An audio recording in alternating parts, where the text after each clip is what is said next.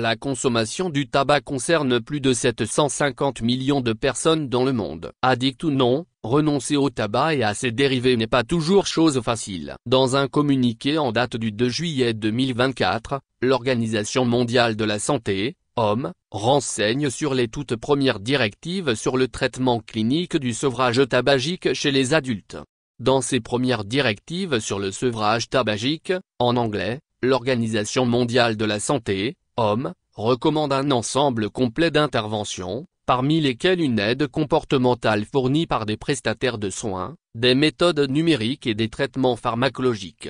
Cette directive vise à aider les plus de 750 millions de personnes dans le monde qui souhaitent renoncer au tabac sous toutes ses formes. Les recommandations s'appliquent à tous les adultes qui veulent arrêter de consommer différents produits du tabac comme les cigarettes, les pipes à eau, les produits du tabac sans fumer, les cigares, le tabac à rouler et les produits du tabac chauffé. Ces lignes directrices marquent une étape cruciale dans la lutte mondiale contre ces produits dangereux, a déclaré le Dr Tedros Adhanom Ghebreyesus, directeur général de l'OMS. Elle donne au pays les outils essentiels pour aider efficacement les consommateurs à renoncer au tabac et alléger le fardeau mondial des maladies liées au tabagisme, soutient l'organisation.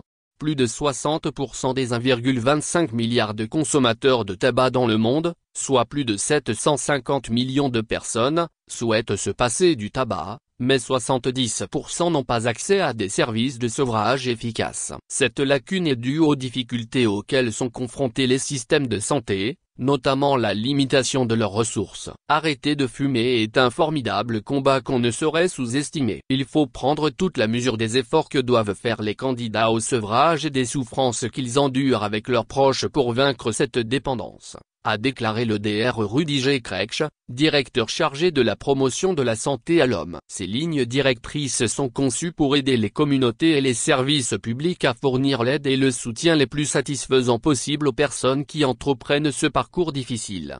Des traitements efficaces pour renoncer au tabac. En combinant la pharmacothérapie à des interventions comportementales, on augmente considérablement les chances de succès du sevrage. Les pays, notamment les pays à revenus faibles et intermédiaires, sont encouragés à fournir ces traitements gratuitement ou à prix réduit pour les rendre plus accessibles.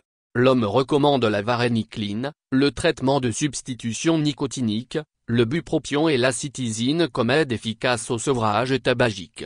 En 2023, l'OMS a mis en place une procédure de préqualification des médicaments contre les troubles causés par le tabagisme afin d'élargir l'accès aux médicaments recommandés pour faciliter le sevrage tabagique dans l'ensemble du monde. En avril 2024, la gomme et le patch à la nicotine de Canvu sont devenus les premiers traitements de substitution nicotinique préqualifiés par l'OMS.